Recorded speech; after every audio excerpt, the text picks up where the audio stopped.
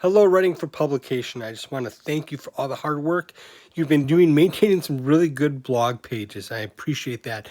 We are going to continue to blog, but for right now, we're going to take a little bit of a break from it because I'm sure you're getting a little tired of blogging and writing about the same topic. So for now, for our next example of nonfiction writing for publication work we can do, we are going to visit what's called an op-ed.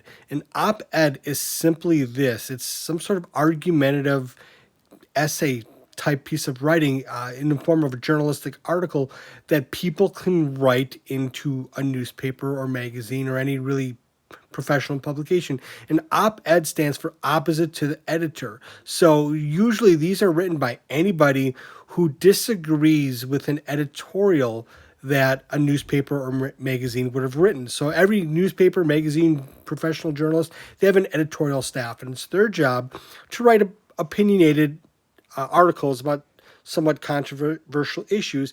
And a lot of people, when they read these, they don't agree with the perspective, and so then they want to write a rebuttal to it, and that rebuttal is called an op-ed. It's opposite to the editor. So what I've done for you today, I put online for you in the email I sent you an editorial that was written by a member of the Milwaukee Journal Sentinel, as I think it was published on Friday, if not Friday, Saturday, where they are saying that Wisconsin's decision to continue to hold tomorrow's primary election is a huge mistake.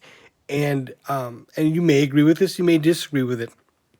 But the point is to take a look at it from the lens of somebody making an argument, writing an argumentative essay, but in the form of a newspaper article. So what I'm going to want you to do is take a look at that article and try to break down what the overall thesis is. I mean, obviously it's about we should not be holding the election, but then what are the supporting reasons? What are the claims? What evidence is being used? What kind of analysis is the writer using? So hopefully what you see is an editorial is a lot like a CEA paper, but it's not formatted like a CEA paper. It's more non-creative nonfiction.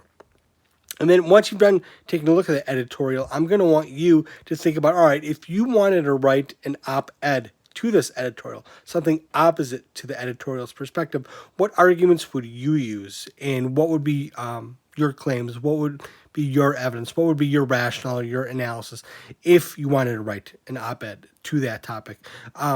So we'll do that today. We'll start investigating what editorial writing looks like, what op-ed writing could look like. And so that way, eventually, you're going to find your own topic to write an op-ed about and get it all ready for publication. And whether you decide to publish it or not, it will be entirely up to you.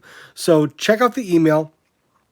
Look at the Google form I sent you to help you kind of break down the different things to look at. You filling out the Google form will be how I take your attendance today. So take care of that, and we'll revisit blogging much later down the road. For right now, let's think about op-ed writing, and today's task is to look at that editorial and think about how you could approach it from an op-ed perspective. And then I'll send you an email tomorrow that gives you a different task to do to get you eventually, hopefully, ready to write an op-ed and investigate an op-ed next week. Okay, so this week is all about learning what an op-ed is and figuring that whole thing out. So please email me if you have any questions. I'll be more than happy to help. Thanks, everybody. Hope everyone's staying safe, warm, and healthy. All right.